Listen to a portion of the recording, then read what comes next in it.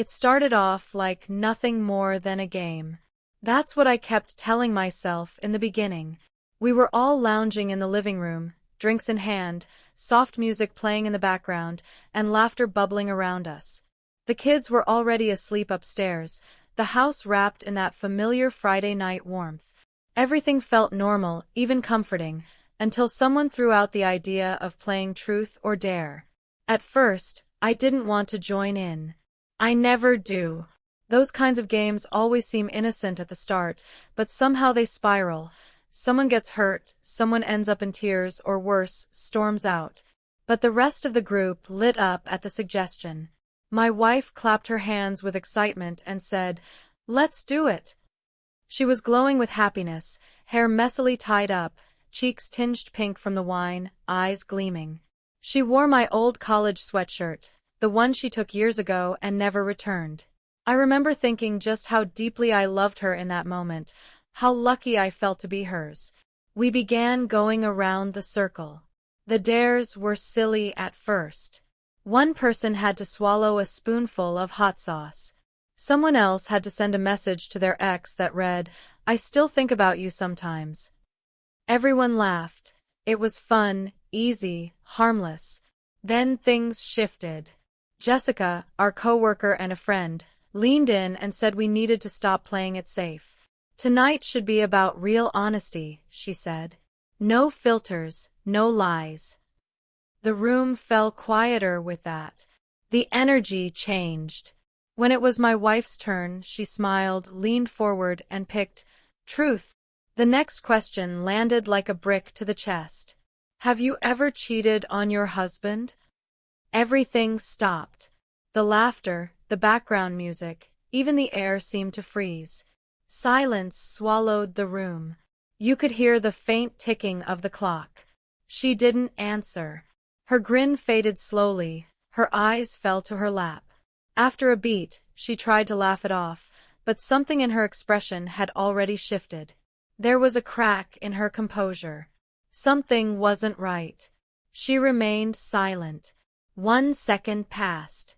Then 2, 5, 10, 30. A full minute. Still nothing. People began fidgeting. Someone cleared their throat. Another person glanced at me, then quickly away. I felt their stares like weights on my shoulders, as if they expected me to say something. As if I had done something wrong. But I hadn't. She had. That silence, it wasn't confusion or surprise. It was guilt. I rose slowly to my feet, my chair scraping against the hardwood. Every head in the room turned to me. My voice was quiet but sharp when I asked, "What the hell was that?" She jumped to explain. "It's not what you think," she blurted. Her words came too fast. "Then explain it," I said. "Tell me why you couldn't answer right away." I was caught off guard. I didn't know what to say. "You had 2 minutes to figure it out," I snapped. Her eyes scanned the room, desperate for help, for someone to rescue her. But no one did. Not a single person came to her defense. Because they knew. Every one of them already knew. I pointed at her. "Tell me the truth. Right now." She shook her head slowly. "I didn't cheat." "That's not what I asked. Did you ever cheat on me?" Another pause. This one shorter, but still too long. "No," she said finally, but her voice trembled. I stepped in closer. "You're lying." "I'm not." I inhaled deeply, trying to stay grounded as my heart pounded like thunder in my chest. I didn't want to believe it, but I did. Deep down, I already knew. "Who was it?" I asked. No response. "Who was it?" I repeated.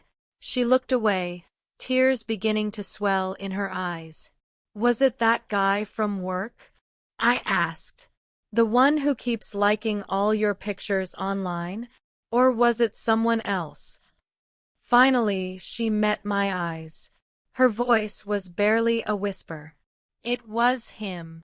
Everything inside me turned to ice. How long? She hesitated. Then, almost inaudibly, she said, "A few months." I let out a bitter laugh. It wasn't humor. It was disbelief, pain, emptiness. "A few months," I echoed. "So all those times you said you were staying late at work? Or going out with your girlfriends? You were with him." She nodded, tears streaming down now. "I'm so sorry. I never meant for it to happen." "Stop talking," I said. "Just stop." The room felt like a painting, still, cold, lifeless.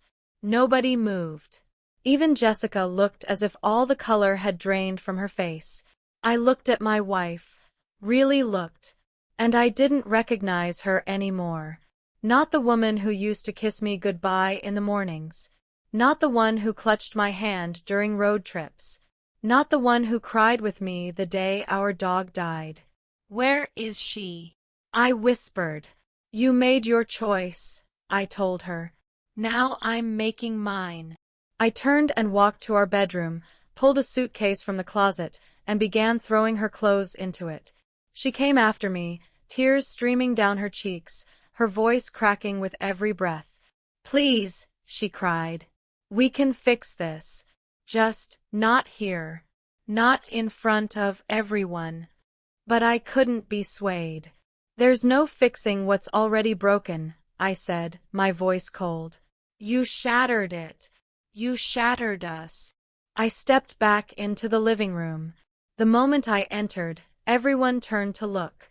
She stood just behind me, her face stained with tears, hands trembling at her sides. "This is done," I said flatly. "We're through. You're no longer my wife. Pack your things and leave my house." She collapsed under the weight of those words, sobbing uncontrollably, repeating how sorry she was, how much she still loved me, how the affair meant nothing. But she was wrong. It meant everything. She didn't argue. She went to our room and packed in silence, her hands unsteady, her movements slow. The kids were still upstairs, sound asleep.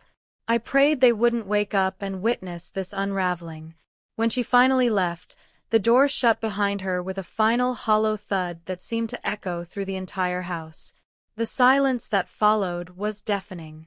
Once everyone else had gone, I sank onto the couch. The air still carried traces of wine and laughter, but the room felt dead now, like a graveyard of what used to be. I stared at the empty spot on the couch where she always sat. The realization hit hard. I would never trust someone like that again. The next morning, I woke up alone. The bed felt too large, the sheets too cold. Her side was untouched. The pillow beside me still held her scent. I turned toward it, pressed my face into it, and breathed deeply. It hurt more than I could have imagined. I checked in on the kids. Still peacefully sleeping, blissfully unaware of the chaos that had unraveled while they dreamed. I made breakfast like it was any other day, poured cereal into bowls, tried to keep my voice steady. They didn't ask where she was. Maybe they assumed she was out running errands. I didn't correct them. Later that afternoon, I called into work and told them I wouldn't be coming in. My mind was fractured. My chest felt tight. I couldn't focus. I couldn't even breathe right. I ended up on the couch, staring at the wall for what felt like hours, my thoughts looping. How long had it been going on? Why did she do it? Did she care for him? Had she ever really loved me? I needed answers. But she wasn't returning my messages. Eventually, I got in the car and drove to her sister's house, the place she always went to clear her head. I sat in the driveway for a while, trying to collect myself, trying not to lose control. I didn't want a confrontation. I just wanted clarity. When I knocked, she opened the door. Her eyes were swollen, face blotchy. She didn't wait for me to speak. "I didn't mean for it to happen," she said softly. "Months," I replied, my voice low. "You lied to me for months."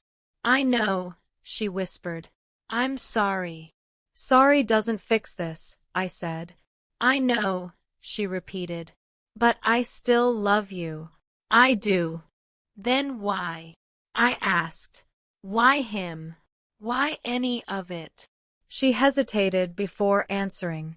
I don't know, she said eventually. He was just there. He listened. He made me feel like I mattered. I stared at her for a long moment. That's your reason? I said. That's what you're giving me? It's not an excuse, she murmured. It's just what happened. I shook my head. You weren't miserable. I was, she admitted. I just didn't realize how much until I crossed the line. That's not fair, I said sharply. You should have talked to me, not turned to someone else. I tried, she said. But you were always working, focused on the kids. Everything else. I felt like I was invisible. So instead of telling me that, you chose to cheat? I didn't plan it, she said. It just happened. That's not good enough. I know. She wiped at her eyes and whispered, I ruined everything. I destroyed us. I looked at her, and for the first time, I saw her as someone broken. But I was shattered too. I can't do this, I said. I can't pretend none of it happened. She nodded. I understand. I turned and walked away. I didn't look back. The weeks bled into months. The divorce was finalized without much resistance. She moved into a new place. We shared custody of the kids. I hired an attorney, but she didn't contest anything. The silence became my new normal. Every now and then, when the house is still and the kids are asleep, my mind drifts back to her, to what we used to be. The pain lingers. It always will. Our friends stopped inviting either of us out. They didn't know who to support, so they chose neutrality and eventually distance. Jessica texted me once. She said she was sorry, that she never imagined the question would cut so deep. I told her it wasn't her fault. It was hers. All of it. I haven't dated since. I don't think I ever will. Trust isn't something that grows back easily, not when it's been smashed into 1,000 shards. Some nights, long after midnight, I wonder if she thinks about me. If she regrets it. If she misses the life we built. I hope she does. Because I still do.